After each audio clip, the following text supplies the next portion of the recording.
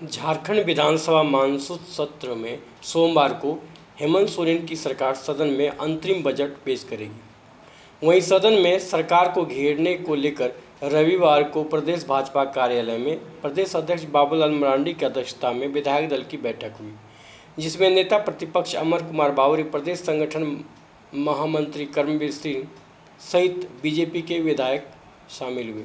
वहीं मीडिया से बात करते हुए नेता प्रतिपक्ष अमर कुमार बावरी ने कहा कि यह चालू विधानसभा का अंतिम सत्र है, विदाई सत्र है। पूरे 5 वर्षों तक राज्य की गठबंधन सरकार ने जनता को ठगा है, केवल वादा खिलाफी की है। न नौकरी दिया, न बेरोजगारी भत्ता दिया, न नियोजन नीति बनाई, न 1932 की स्थानीय नीति ही तय किया। उन्होंने कहा कि आज सरकारी कर्मचारी, अनुबंध कर्मी, पारा शिक्षक सभी आंदोलन कर रहे हैं। कहा कि आदिवासियों की हितैषी बताने वाले में 5वें आदिवासियों को ही लुटवा झारखंड की विधानसभा का आखिरी सत्र है। 5 दिन बचे हुए हैं। इस सरकार की उल्टी गिनती प्रारंभ हो चुकी है। झूठे वायदों के साथ 2019 में इन्होंने सरकार बनाई थी।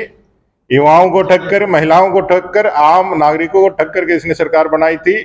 अब इस सरकार ने अपने सारे वायदे को भुला करके अब लोगों के ऊपर लाठियां बरसानी चालू कर दी है, चाहे अनुबंध कर्मी हो, चाहे सहायक पुलिसकर्मी हो, चाहे सहायक अध्यापक हो। लगातार लोग आंदोलनरत है। सरकारी कर्मचारी से लेकर के अनुबंध कर्मचारी तक सभी पिन डाउन स्ट्राइक में गए हुए हैं। पूरी सरकार अर्थव्यस्त है।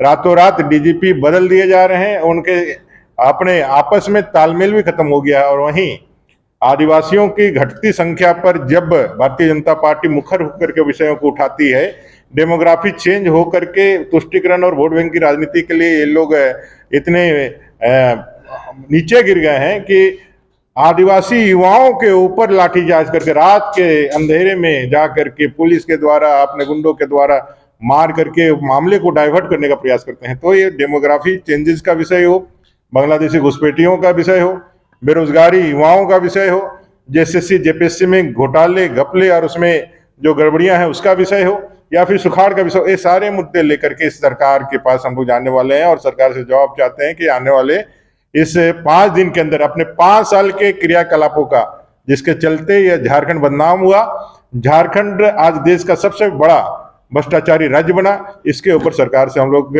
जाने से पहले उनका कन्फेशन चाहते हैं, उनका स्वीकारोक्ति चाहते हैं कि आपने इस झारखंड को बर्बाद किया है। ऐसा स्वीकारोक्ति करते हुए आपने वादा खिलाफी किया है। ऐसा स्वीकारोक्ति करते हुए आपने 1932 कत्यान आधारित नियोजन नीति, 5 लाख बेरोजगारों को प्रतिवर्ष रोजगार देना, 5,000-7,000 बेरोजगारी भत्ता देना, ऐसा आपने नहीं किया। अनुबंध कर्मियों को प्रमाणन नहीं किया। वायदा किया था, नहीं किया।